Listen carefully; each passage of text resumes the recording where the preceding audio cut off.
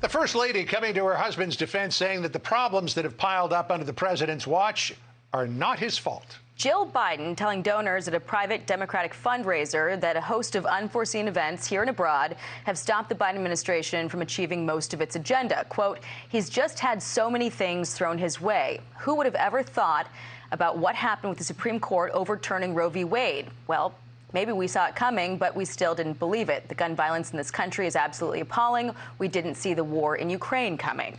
Republicans say it's no excuse for the president's policies, and they point to his poll numbers as proof that the American people are not buying it. Let's bring in Senator John Kennedy, Republican from Louisiana. So Jill Biden, the First Lady, lamenting that all of these crises have beset her husband and not allowed his domestic policy agenda, his foreign policy agenda for that matter as well, to go forward, that it's been sidetracked. But when it comes to things like gas prices, inflation, the war in Ukraine, which she said nobody saw coming, how much of this was unforeseen and how much of this is a self-inflicted wound? I'm sorry the First Lady is not enjoying herself more. Imagine how the American people feel.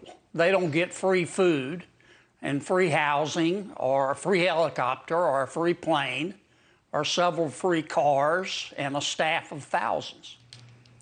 Here is a cold dish of truth, John. You reap what you sow. Go woke and go broke.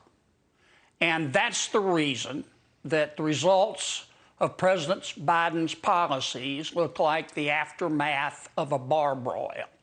President Biden has chosen to blindly follow such masters of the universe as Senator Bernie Sanders, Congresswoman Ocasio-Cortez, and the people on The View. Take inflation.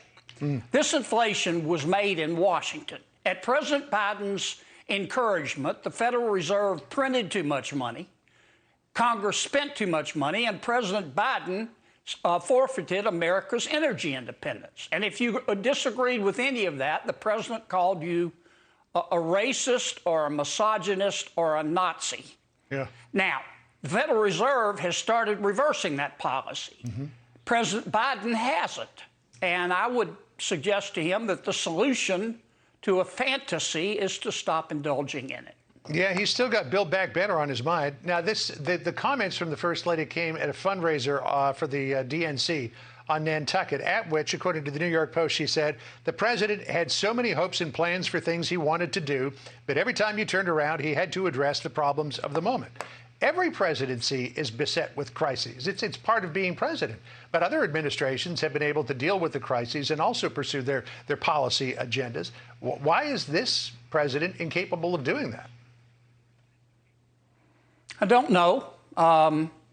Some think that age is not a guarantee of wisdom. That may be part of it. But I think the real reason is his policies.